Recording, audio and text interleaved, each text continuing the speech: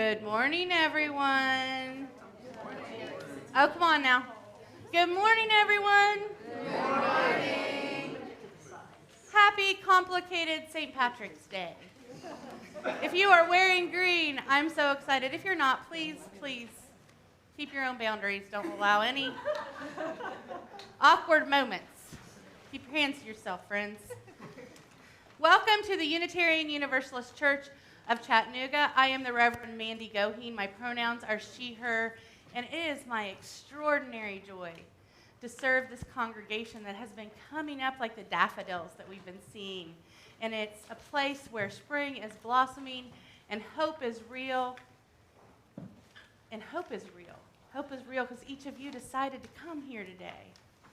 Hope is real because we're willing to take the risk to be hopeful in times such as these. So welcome into that space. Welcome into a space of nurturing each other. Welcome into a space of love.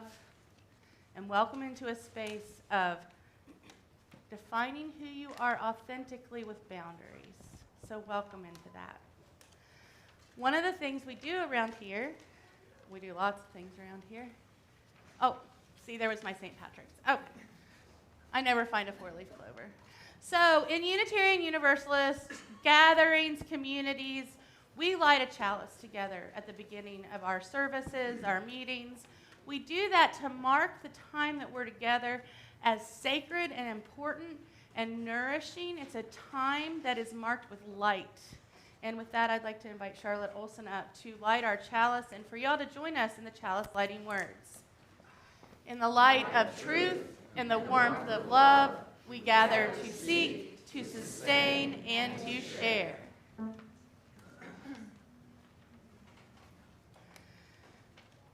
Okay, you got it? All right. Lighting the chalice is harder than you think, but if you ever want to do it, let me know. I would love to have your help. So we have a tradition around here, and I see a lot of faces that I either don't remember because I don't remember everything, or you haven't been here before. But one of the things we do before we sing our opening hymn, if you are comfortable, we invite you to rise in body and spirit and greet people the way that you would like to be greeted. And I want to challenge folks who have been here a long time. Don't say hi to each other. Say hi to someone new. So please rise in body and spirit and greet the beloved fellowship that this is.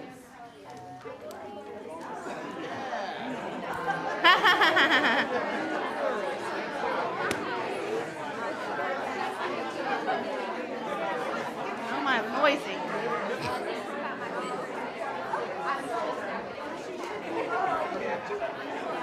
I realized something.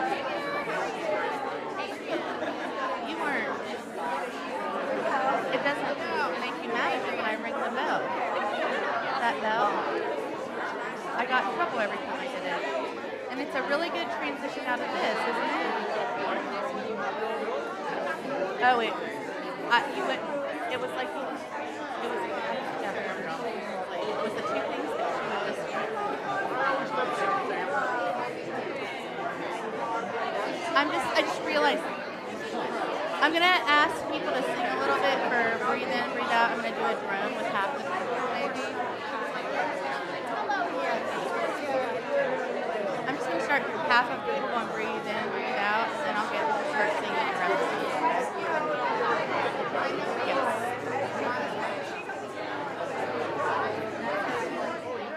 Hi, neighbors. I hope my microphone's on and they can hear me gossiping. Good morning. Good to see you. Good morning. Good morning, precious beloved.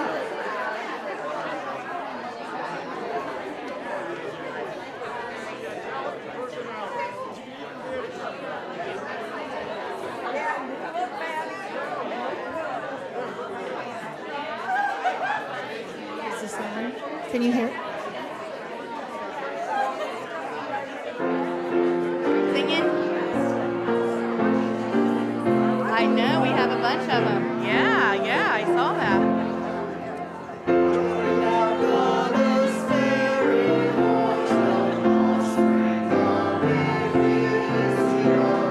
That with rapture to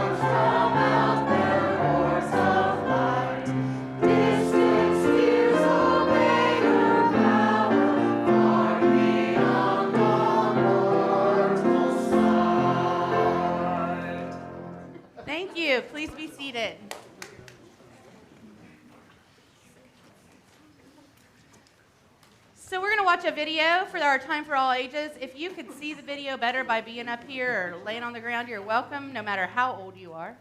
So I want to talk about somebody that you might know. You've heard of America's oldest park ranger, right?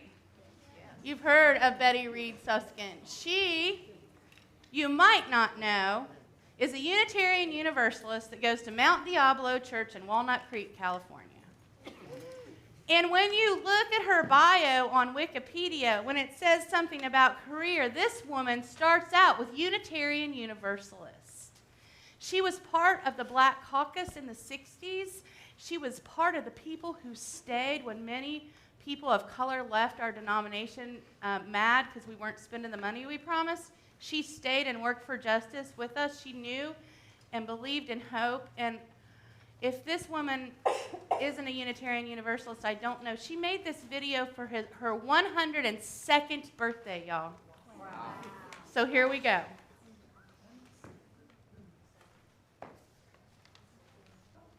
I have been so many women, so many different times.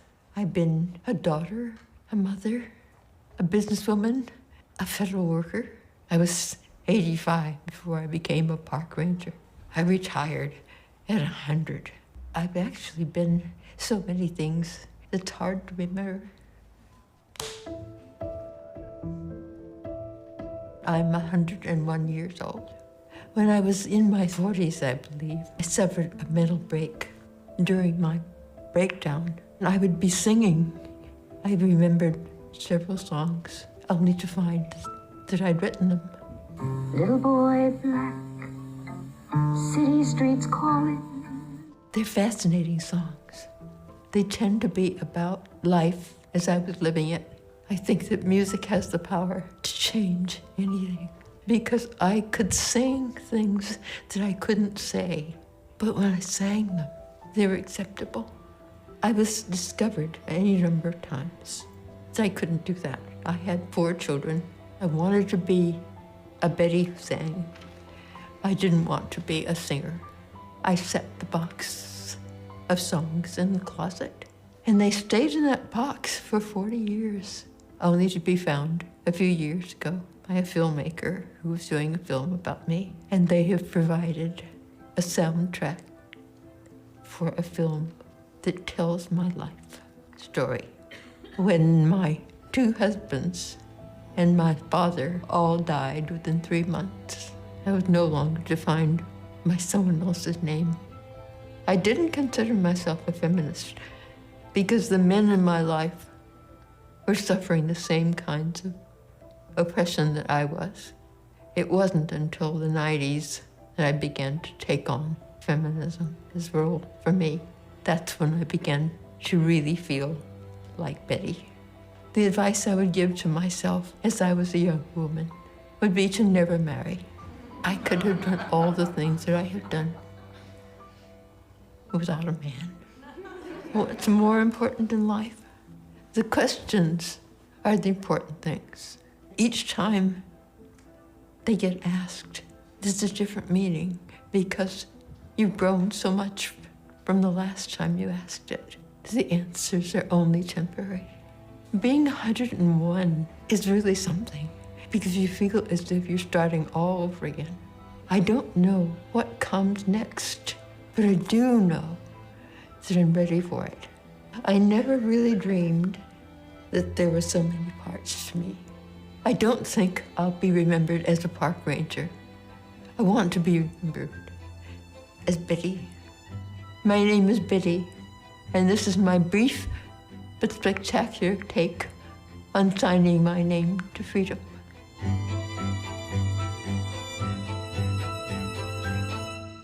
Little teary. I have been. Oops. Ah. Okay, I'm fine.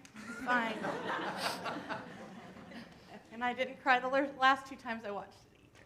So it's time to sing the children to religious education. And I know there's not a lot of you, but anyone who is new here and under the age of what?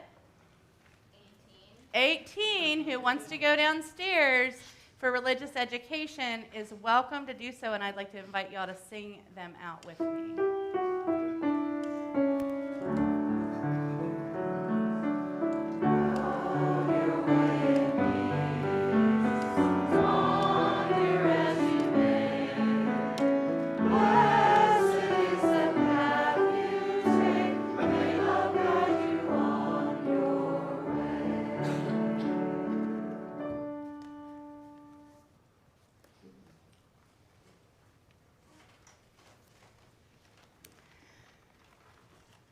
Goodness, beloveds, this is a time in our service where we are opening our hearts to each other. We open our hearts by creating a space for you to come forward and light a candle that marks something important to you. Maybe that important thing is a loss of a beloved pet. Maybe that important thing is the loss of an idea, career, a change that has been particularly difficult. Maybe that change is a celebration, a time to mark in space. But any way you lay it out, lighting a candle is a way to mark that special, hard, easy, fun occasion and let it be held in the community of care that is the Unitarian Universalist Church of Chattanooga. So with that, I invite you forward to light your candles for joys and concerns.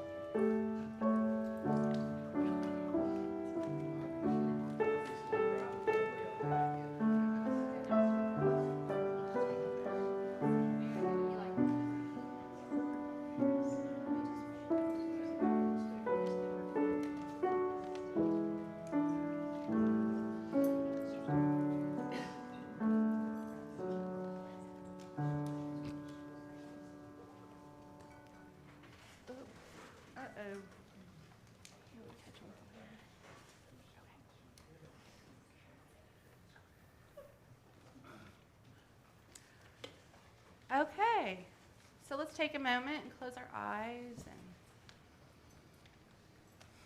surround all of us, yourself and everyone around you, in the hope and light that we need and the understanding of the power of love as a way through the dark times and a power that's celebrated in this space. Blessed be. So we have been practicing a little spiritual practice, which is this meditation on breathing song. And before we sing, I'm going to, sorry. I want you to practice a different part with me, and then you all will sing the verses, and we're just going to go through twice. But we're going to start, and she's going to take off, and the rest of you will join with the lyrics. Is that pretty clear? Like, I'm going to start, breathe in. You ready? Breathe in. Breathe out. Breathe in.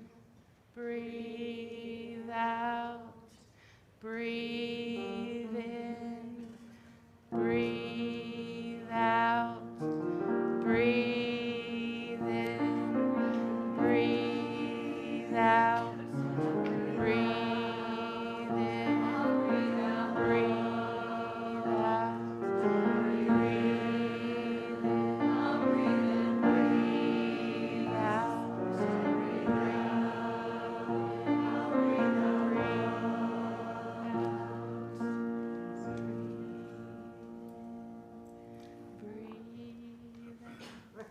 Thank you. I'm no good at directing music. That worked okay. I appreciate you. I'd love you to remember to breathe when things are hard this week. That's the whole point in teaching this song.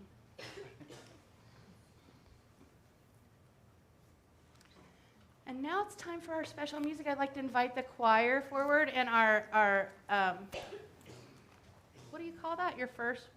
My Debut performance of our new director of song. Can you do that? We'll see if she can keep us cats in line. Hope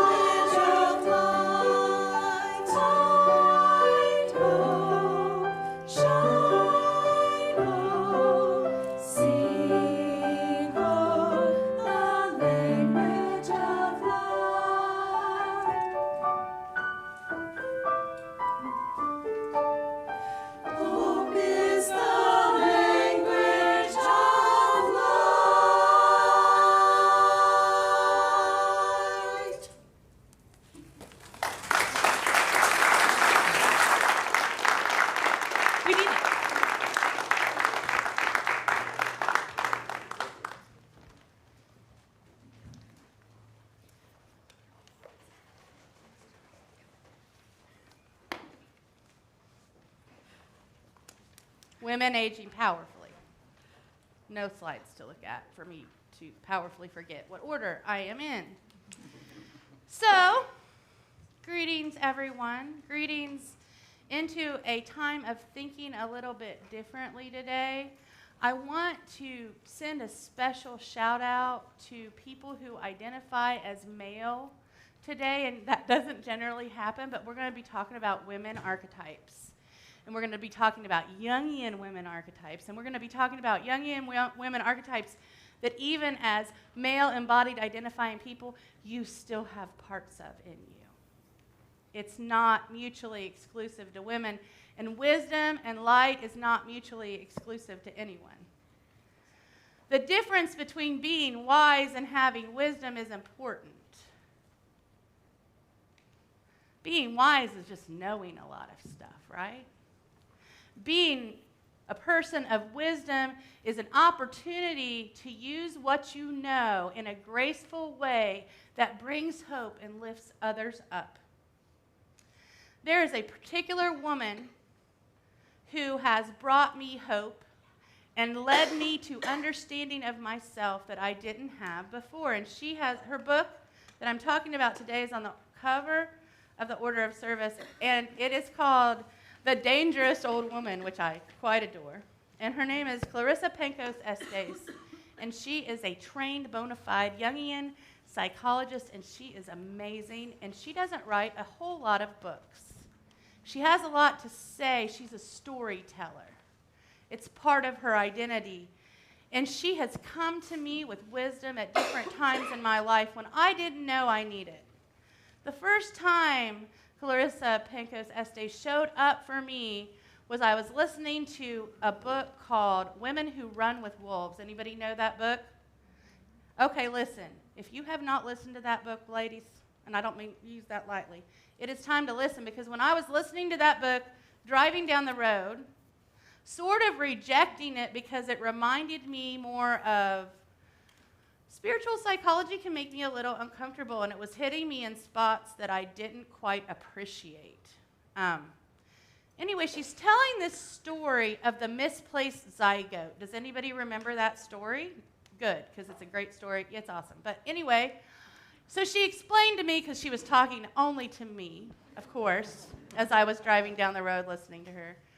And she explained to me that I was a misplaced zygote, that I had been so excited to be born into the family that I was called to be born into, that I was popping around in a little basket as the zygote fairy, I don't believe any of this, is flying through the air. And I'm popping around and I fly out in the wrong spot, the misplaced zygote. And I land in a family who doesn't understand me. I am misplaced. I don't have the same ways of thinking about being female, what my role is. I don't have a good handle on servitude or suffering like some of my other family members do. I will talk to my grandparents, bless them, when they were alive, about the thing you're saying is racist, and I would say that, which was not popular. And so I also dressed a little misplaced zygote, I'm not going to lie. Blue hair, a little wild.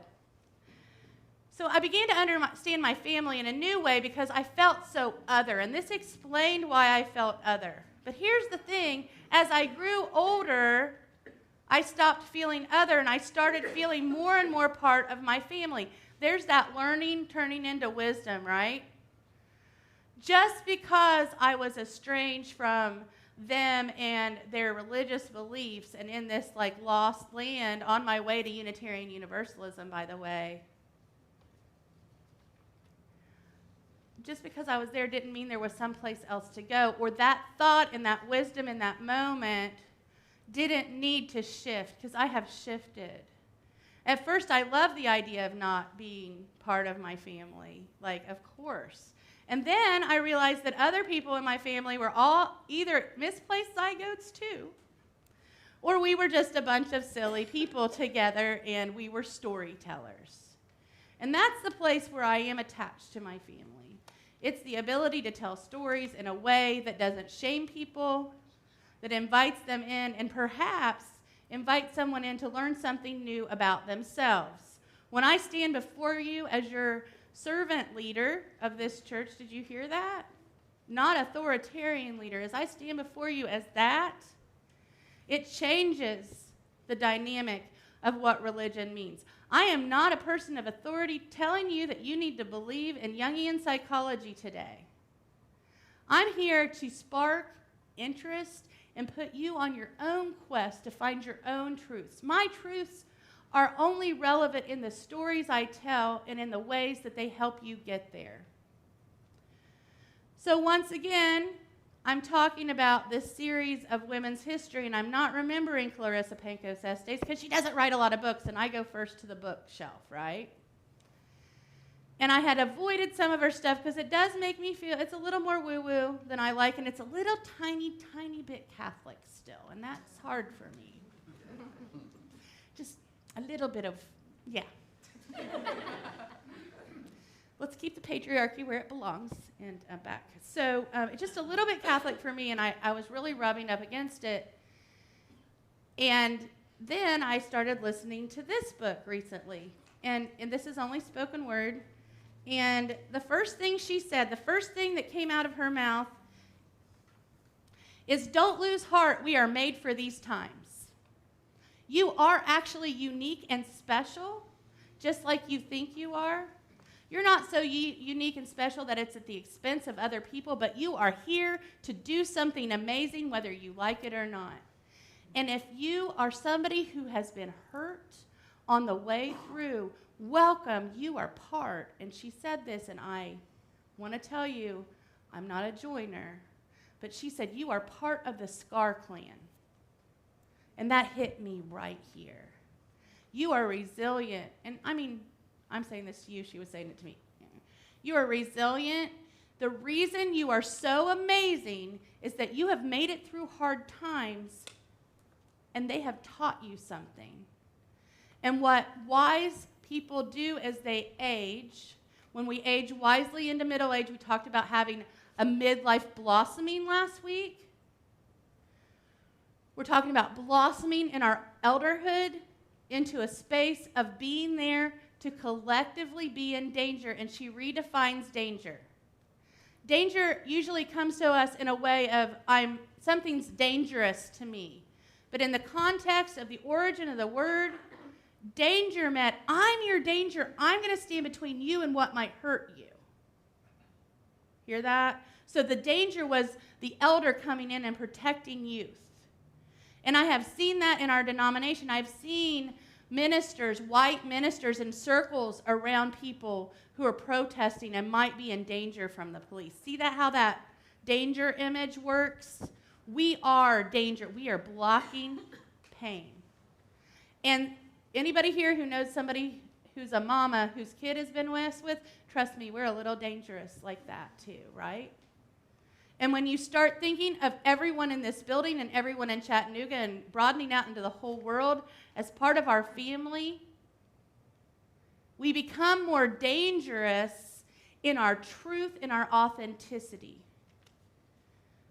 The other thing Clarissa Pankos Estes taught me was there is something called a late bloomer, and there's never too late of a time to bloom. When I was little and weird and saying the same kind of stuff and this tall, my mother used to say in her wisdom, don't worry, Mandy, people will like you because you will be a grown-up and this won't seem so strange. And she always had that hope for her awkward kid who didn't get along with other folks, that hope that one day everyone would be a grown-up and maybe what I would say is relevant. And I know that it's relevant, but I want to just stress the importance of I am here to inspire and teach you resources to be authentic humans in the world so that we may bring hope. We may bring love. We may love the world so fiercely that we are the danger that stands between somebody and who might hurt them. We are radically welcoming. she goes into the story of Snow White, interestingly enough. And I have a little trouble, in the story of Snow White, the older witch is not necessarily the good guy.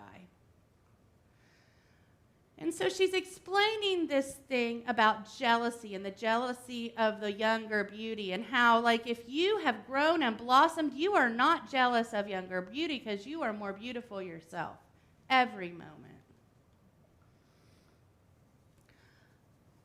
One of the weird things about me is I am fascinated by religious organizations other than my own. I am specifically fascinated with a more evangelical behavior about anything. It doesn't necessarily have to be Christianity. And if I'm being super honest, cults are so interesting. I'm sorry. They're juicy. I watch these people, and I'm watching this show. I just got another station that has new documentaries, you all. I'm in heaven. And it's a balance between, like, watching these grisly things, but what I'm watching that I'm fascinated with is how did these people go wrong where all the folks were doing their will and following their desires instead of following their own. And it goes back to that certainty of telling people what to do next, that we kind of let that go. But also, so I was watching something that happened here in Tennessee, and I'm not going to name names or go into details, but, juicy. Anyway, a woman is leading people, telling the women to submit to men and starve themselves.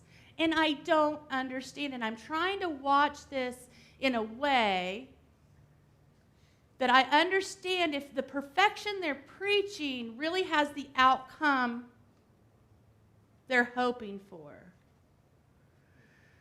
And as if I needed the answer, it did, because, arrogance also creates dangerous situations where people get hurt, not only people in congregations, but sometimes religious leaders and women. I want to promise you, Unitarian Universalism will never ask you to go hungry. Thank you. We actually want you to be like kind of miserably full most of the time around here. I want to tell you that I'm not going to tell you what gender to be, how to express, none of that. I'm not going to ask you to pray to lose weight. In fact, I'm going to ask you to celebrate your body.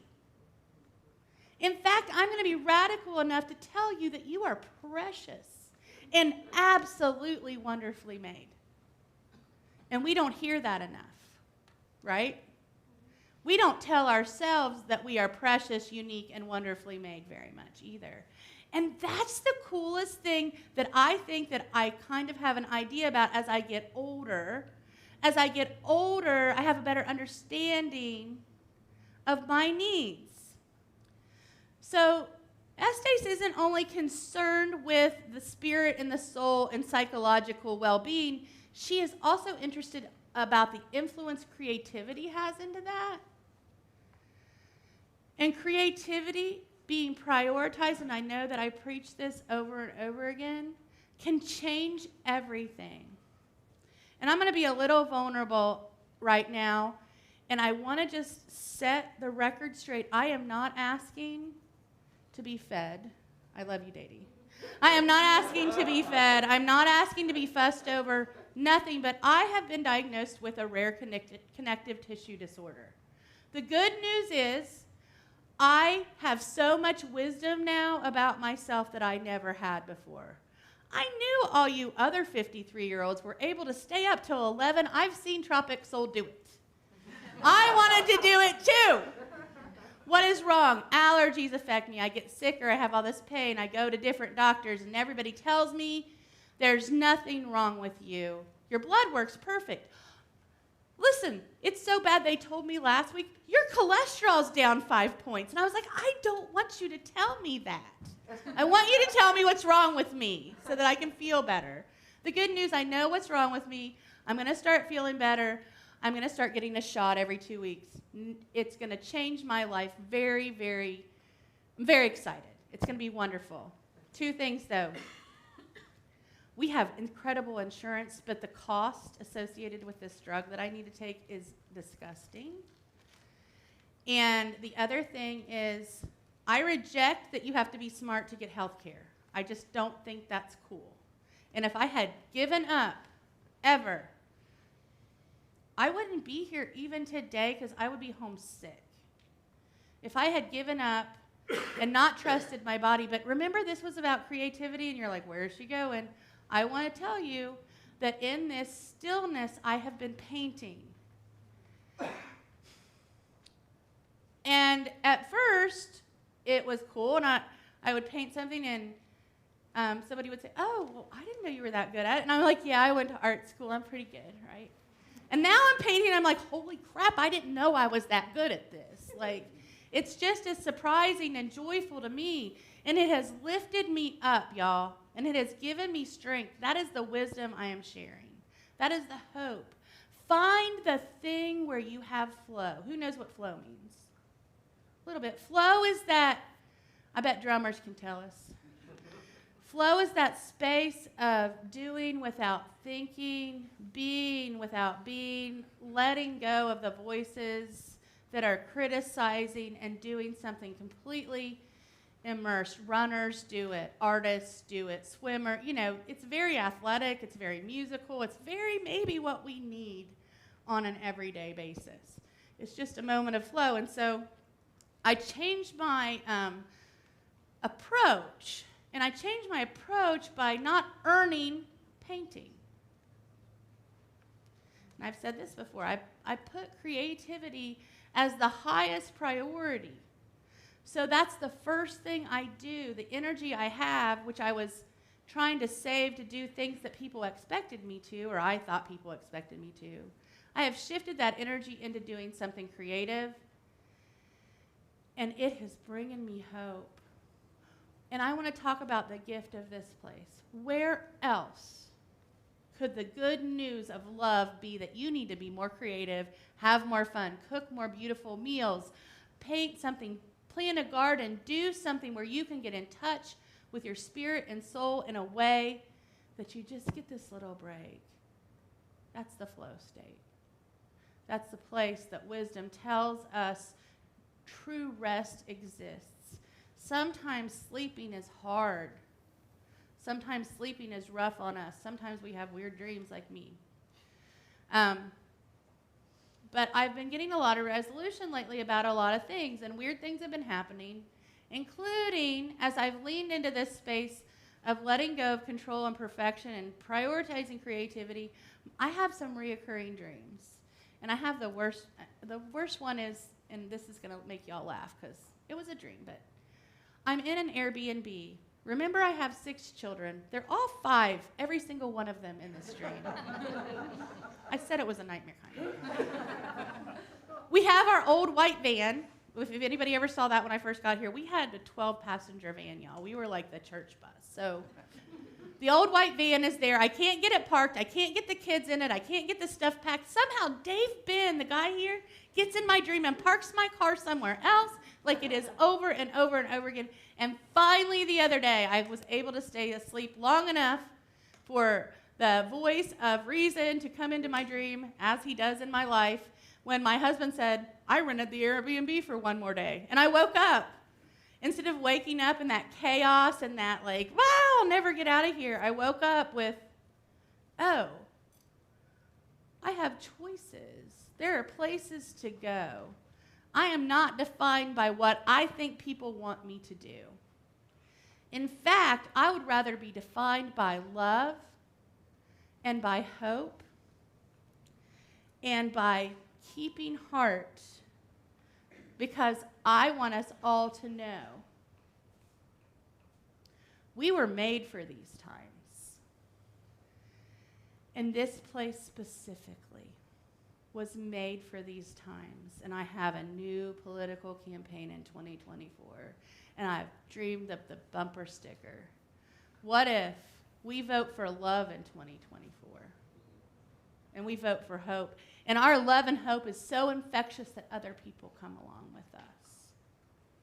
Do not lose heart. We are made for these times. May it be so, and blessed be.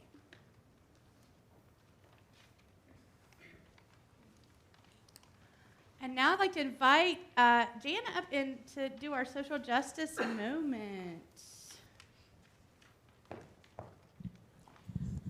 Excuse me.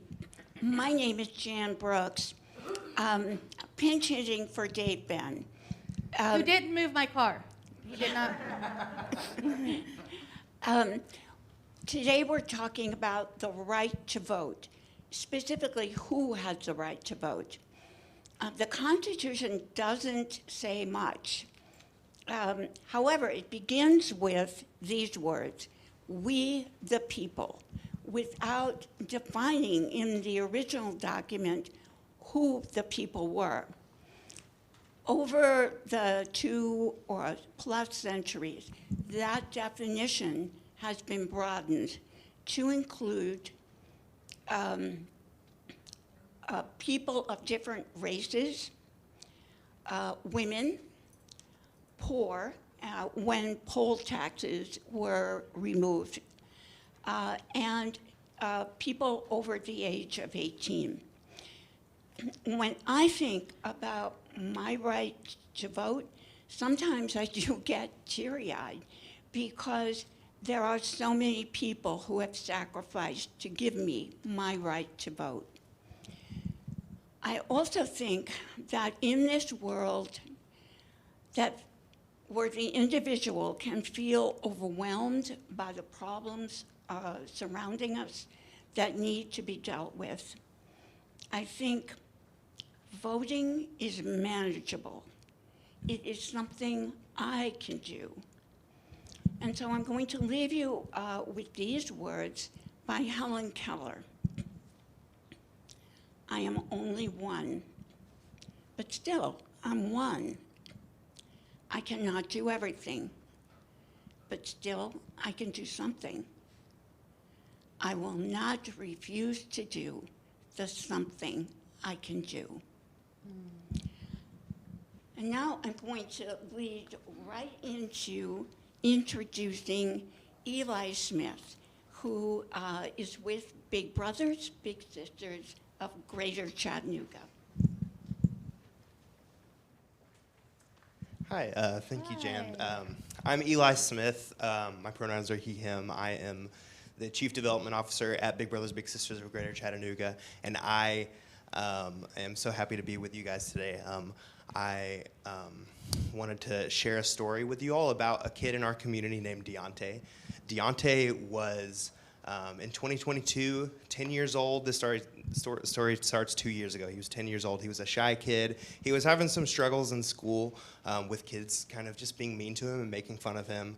And sometimes he didn't know how to manage his anger in the best ways. And so that would get him in trouble in school. And sometimes when he got in trouble, he would stretch the truth a little bit. He didn't know how to typical little kid stuff.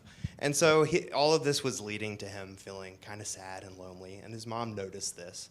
And so his mom, who was an amazing mom, enrolled him in Big Brothers Big Sisters because she wanted him to have someone in his life who could just encourage him to be the most authentic version of himself and express himself in an authentic way. That was what she told us when she signed him up. So Deontay was matched with his big brother Clay in 2022.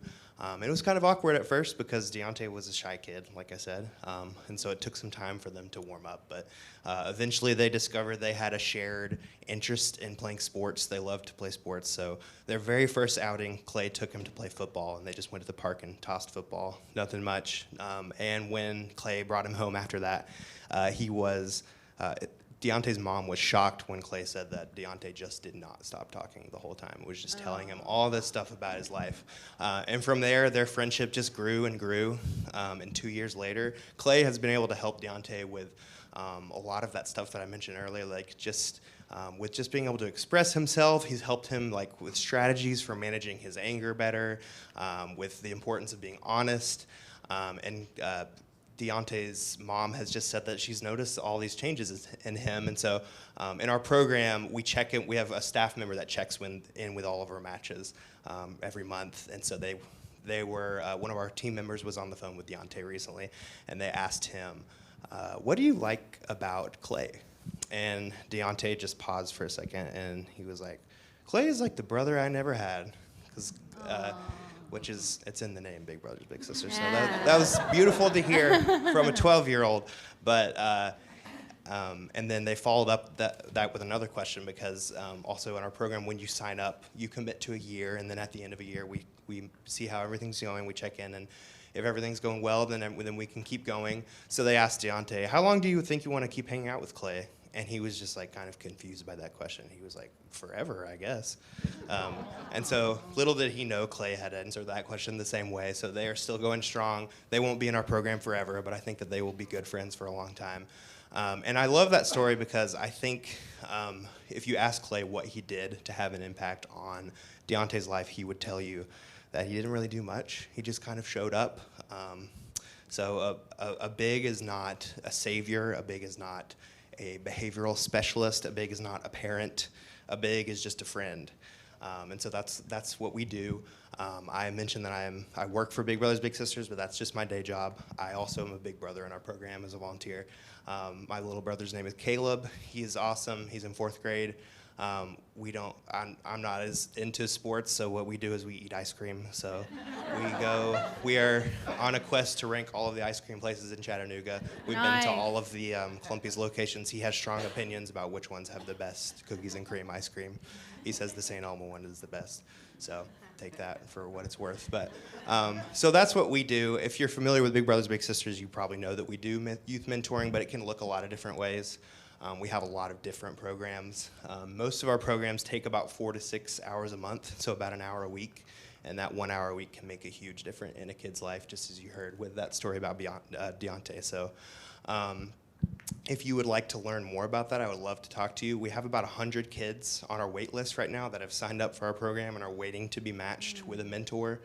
And so if you have about an hour a week that you could spare to spend some time with a kid, I would love to talk to you. We will provide you with all the resources that you need, and anything that you can do would be great. We appreciate you all and your support this week and taking up an offering for us.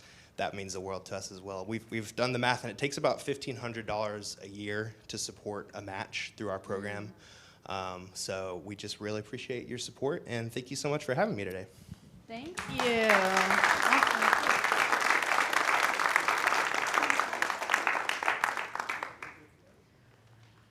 So I want us to be generous, and I want to say that I was a little sister. I had a big sister when my parents got divorced, and just having that time at the park where I wasn't with either one of them was really important to me. I don't think it lasted a year, but like I thank you for bringing that memory, because I'd kind of forgotten that. But I do remember. I was probably I'm kidding. But a weird little kid. No, really. Remember the story I just told you. But an odd little kid who's having trouble fitting in and feeling kind of like an outcast. I think it's actually a really great opportunity for them to find out folks care and want to be friends. So I really not only would like you to be so generous today, I'd also like you to consider signing up to do this work. So with that, the offering will be gratefully received.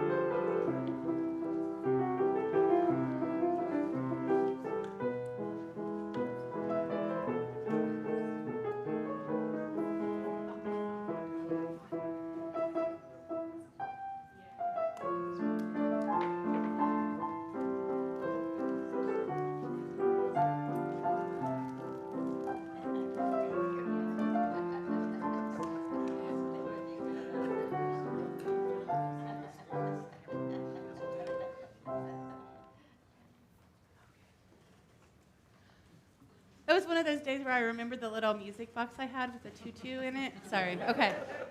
Please join me in the offertory response. We give these gifts freely, committed to our mission to care, create beloved community, awaken hearts and minds, resist injustice and act with compassion, embrace life and care for the earth. To this work, we dedicate our offerings.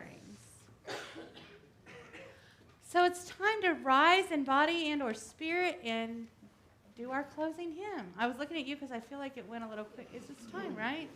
All right. I'm having so much fun, I don't want to leave.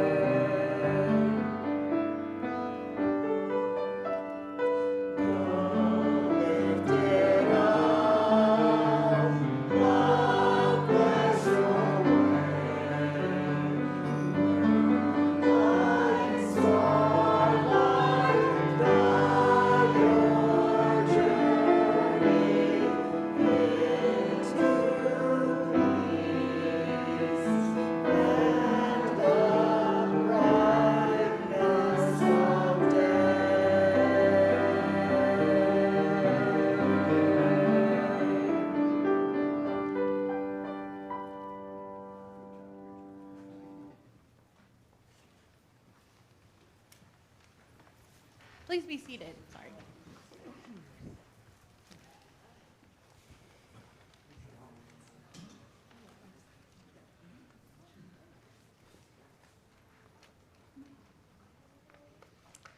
The closing words are by Clarissa Pencos Estes. It's the end of her letter. There will be times in the midst of success right around the corner, but yet still unseen, when you feel discouraged. I too have felt despair many times in my life, but I do not keep a chair for it. I will not entertain it. It is not allowed to eat from my plate. The reason is this: in my uttermost bones, I know something as you do.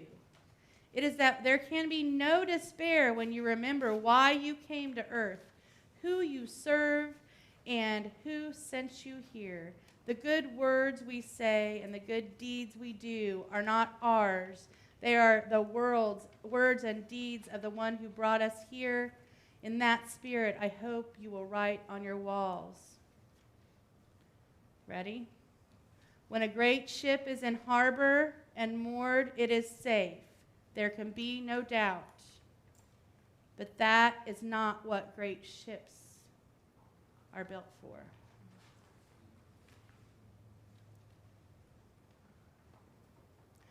Charlotte, please join me in our chalice extinguishing words. We extinguish this flame, but keep the light of truth, the warmth of community, and the fire of commitment. These we carry in our hearts and share with all the world. It's announcement time. It's our favorite time. I think there's some announcements. Come on up. There's a microphone right here. There you go. Thank you.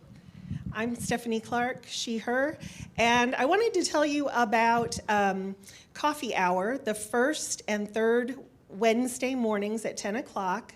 A few months ago, my best pal Skip broke her arm and she needed rides around town, and I got to take her to coffee hour here on a first Wednesday of a month. And I was amazed. It was incredible. There were people in this group who find themselves with a couple of hours of time on a first or third Wednesday morning that range in age from 30s to 80s, almost 90. And this wealth of wisdom. And what I discovered decided was I wanted to keep asking questions. And the people in the group all had these amazing experiences that we could just share with each other. And I've learned so much from them, and their wisdom and their willingness to just help each other and share with each other, and just their goodwill for the whole congregation and the city and the state and the country. They're really inspiring. And so what we decided to do is continue the coffee hour. And I want to invite you all, if you find yourself on a first or third Wednesday morning and you'd like to come join us, we meet in the fellowship room over there. But the other thing we're going to start doing is if we discuss a topic that we think everyone might be interested in, we're going to put together just a little half-page flyer, and it's called Wisdom from Wednesday.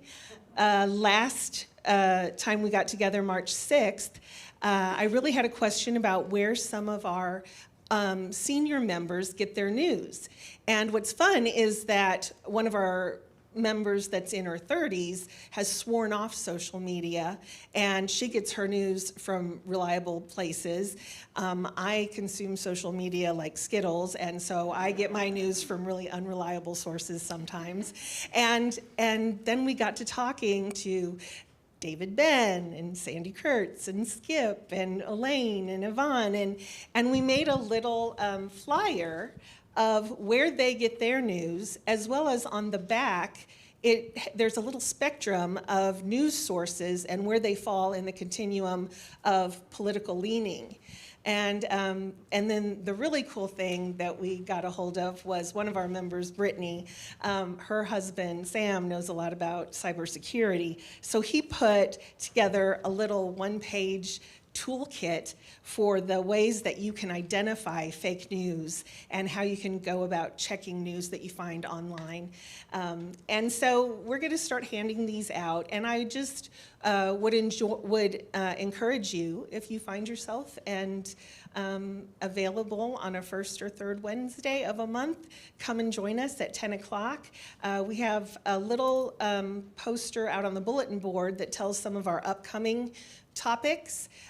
This coming Wednesday is Brittany's turn, and she's going to host, since it's Women's History Month, she's going to get the conversation started about the ways that some of our members have seen the roles of women and the things that are available to women change throughout their lifetime.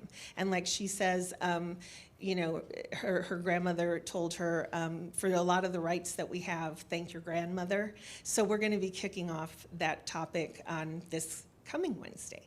So that's my announcement. Yay. Please feel free to grab a flyer on the round table. A flyer of wisdom. Thank you.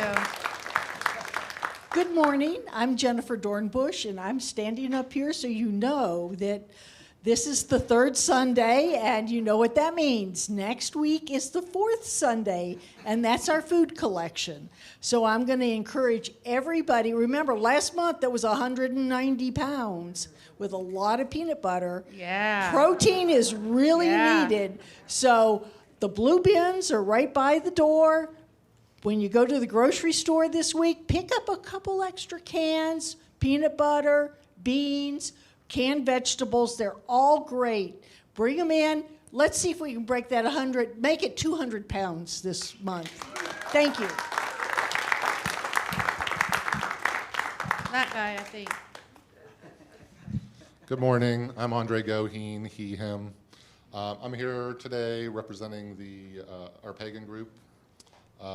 Layla asked me to announce this, and she had to leave. We're going to be revamping the pizza garden next week on Sunday after the service.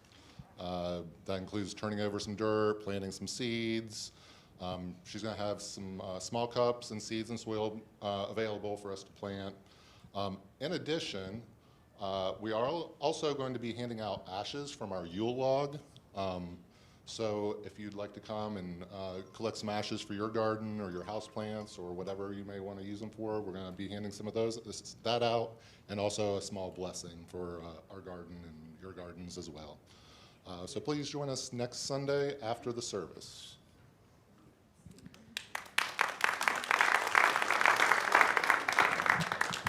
Good morning, I'm Jen. I'm here today on behalf of the 60s party planning crew, and we're working really hard to plan a great event for you on March 30th, 6:30 p.m. right here. Several of those elements, though, of that evening are going to be crowdsourced from you. And the first one is food. It's a potluck-style dinner. Bringing food is optional. It's highly encouraged, though. The goal is to do things that are kind of 60s inspired, but you can bring absolutely anything that you want. We will eat whatever you bring happily and delightfully. There are sign-up sheets out there in the lobby under the 60s party poster, so please check those out on the way out. There are some ideas on there if you need one. It can be really fun, though, to Google search and find some retro recipes. So please, if you want that fun, have it. In each category, we are requesting that there be 2 gluten-free dishes and 2 vegan dishes. It's really important to make sure that everyone that comes to eat with us has plenty to eat and that they have some choices.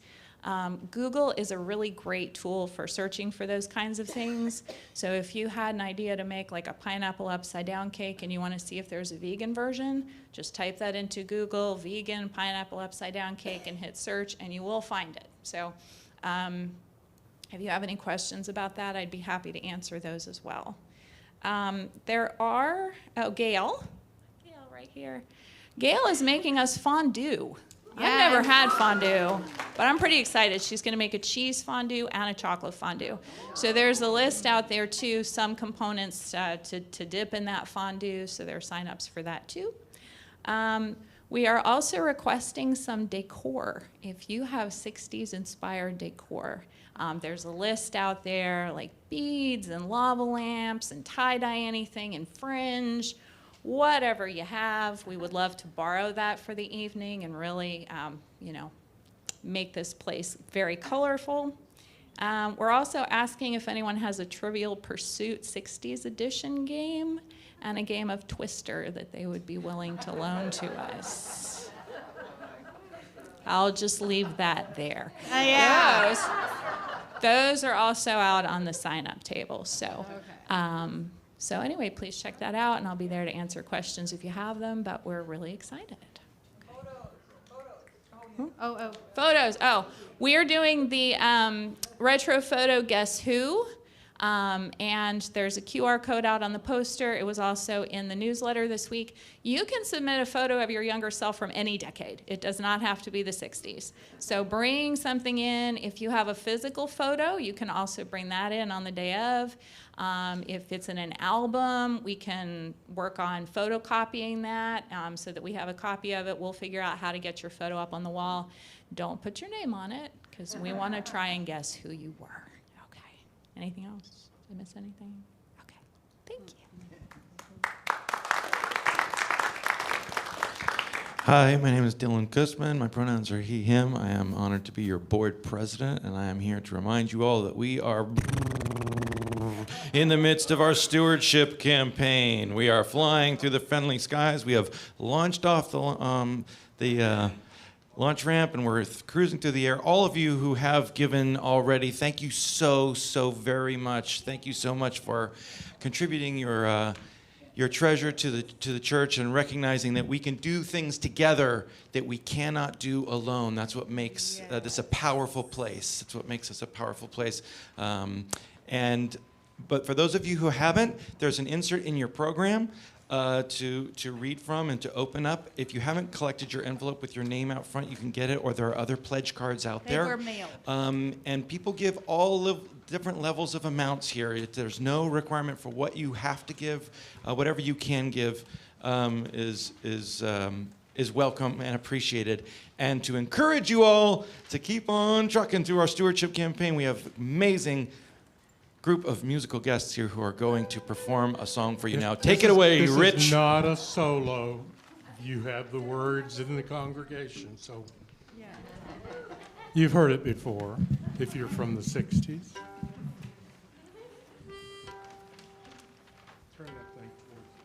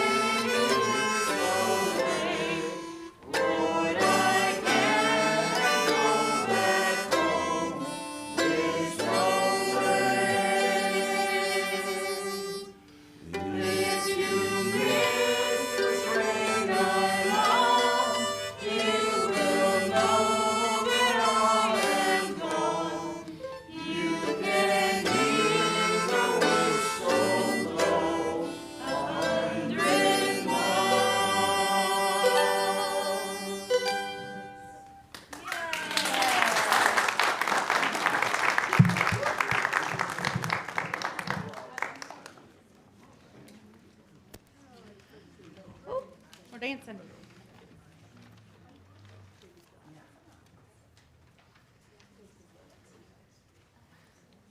What a wonderful Sunday together. Thank you so much for making the effort to be here today. And big thank you to the choir and Layla. And big thank you to Steve, who's filling in for our postlude.